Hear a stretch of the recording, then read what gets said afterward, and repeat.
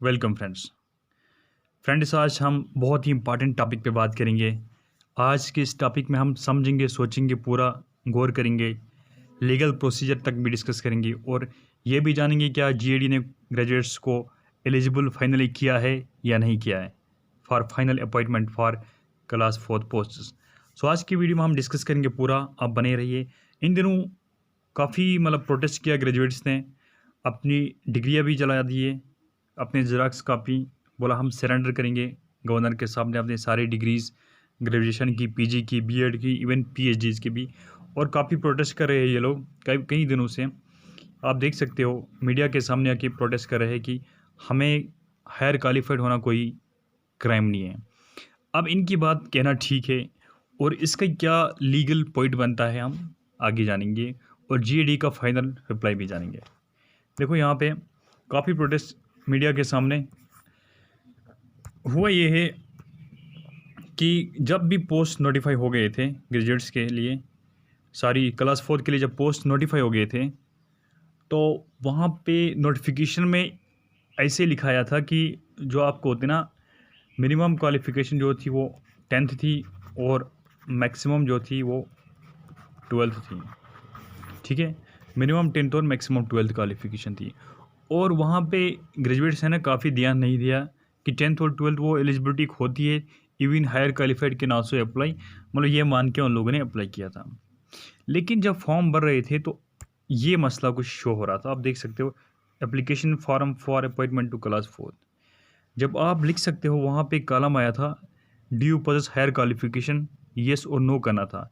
जब येस कर रहे थे तो यहाँ पे ये वाला आ रहा था, sorry you are not eligible for this for job profile, please check advertise oblique notification for details, ये लिख के आ रहा था। कि साफ साफ फॉर्म पे ही साफ साफ कहा गया था कि आप ग्रेजुएट्स जो है वो एलिजिबल नहीं है। फॉर्म पे भी शो हुआ था, इवन ऐसे नहीं कि आज ही कहा गया है, फॉर्म पे कम्प्लीटली शो हुआ था। लेकिन जब ग्रेजुएट्स ने थोड़ा बहुत उस टाइम गलती की कि प्रोटेस्ट करना था, कुछ भी करके खुद को एलिजिबल करवाना था, लेकिन उन लोगों ने उस टाइम कुछ नहीं किया। अब क्या हो रहा है, अब जो है वो उनसे एफिडेविट मांग रहे हैं एसएसबी कि आप फाइनल अपॉइंटमेंट के लिए आप एफिडेविट में लिख कर दे दो कि जैसे हमने फॉर्म पे मेंशन किया था या नोटिफिकेशन में मेंशन किया था, जो आपने लिखा है वो आपकी डिटेल्स करेक्ट है, सही है। इवन कि जब क्लास 4 में हम कहीं भी फॉर्म भरते हैं तो वहाँ पे हम अंडरटेकिंग लिख के देते हैं, वहाँ पे कुछ लिखे होता है, फिर वहाँ पे थंब इम्प्रेशन, सिग्नेचर वो अपलोड करते हैं ना, वो सारा वो सिग्नेचर इसलिए अपलोड करते हैं कि हम अंडरटेकिंग को एक्सेप्ट करते हैं कि जो मैंने डिटेल्स प्रोवाइड की है वो सारी की सारी सही डिटेल्स हैं और कुछ भी बाद में कुछ गलत फाइंड किया जाएगा, कोई डिटेल वहाँ पे मिसकंडक्ट होगा या ऐसा कुछ भी होगा जिससे नोटिफिकेशन के खिलाफ होगा तो बाद में उसके खिलाफ एक्शन लिया जाएगा। वो बात रही दूसरी। लेकिन यहाँ पे अब फाइनल क्या होने वाला है, अब देखते हैं थोड़ा बहुत नोटिफिकेशन में, अपॉइंटमेंट नोटिफिकेशन में क्या हुआ था, क्या एसआरओ का क्या मेंशन था, the selections under this advertisement notification shall be in accordance with the provisions of Jammu and Kashmir appointment to class 4 special recruitment rules 2020 is notified by SO 184 of 46/2020 with SO 193 dated 17/6/2020। फिर qualification as per SO 184 46/2020 read with SRO 99 of 2008 जो कि इसकी amendment है dated 7/4/2008।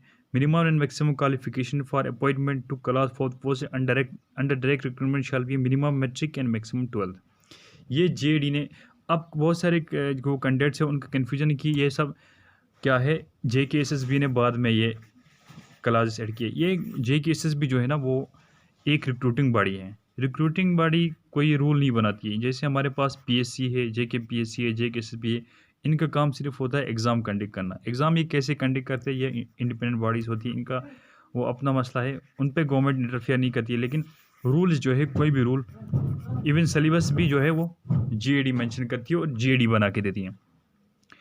तो अभी कुछ candidates का ये भी कहना है कि हमें जो है, जब हमने नोटिफिकेशन आई थी तो हमने कंटेक्ट किया था GAD से, GAD ने वहाँ पे ग्रीवेंसेस रिड्रेसल सेल से वो जो रिप्लाई किया था वहाँ पे लिखा था मिनिमम जो 10th है और मैक्सिमम जो 12th है जो क्वालिफिकेशन इस पोस्ट के लिए, वो तो ठीक है, लेकिन इवन दो कि आप हायर क्वालिफाइड जो है कैन आल्सो अप्लाई, ये कहा गया था उनको रिव्यू में। वो हमने भी देखा, वो एक बहुत ही सेंसिटिव इशू है। जीडी को ये सब रूल्स बना के नोटिफाई करके ऐसा नहीं करना चाहिए था।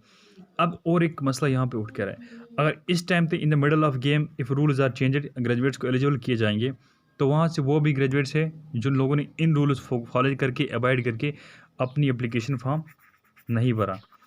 तो इस सिचुएशन में क्या होता है, या तो ये एग्ज़ाम को क्रैश करना है, पूरा का पूरा क्रैश करना हो और नोटिफाई करना है अफ्रेश, ताकि सारे कैंडिडेट्स अप्लाई कर सके, या तो सिर्फ और सिर्फ 10th और 12th को ही एलिजिबल करना है।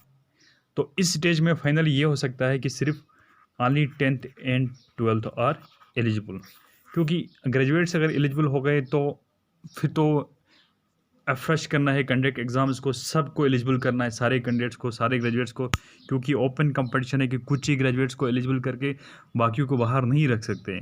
सो इन दिस स्टेज इवेंचुअली क्या होगा, 10th या 12th वालों को फाइनल लिस्ट में बुलाएंगे। आज की वीडियो में बस इतना ही, थैंक यू। और आपको ये सारी इन्फॉर्मेशन जो मैंने प्रोवाइड की अच्छे लगे तो चैनल को सब्सक्राइब ज़रूर कीजिएगा और लाइक ज़रूर कीजिएगा। Thank you.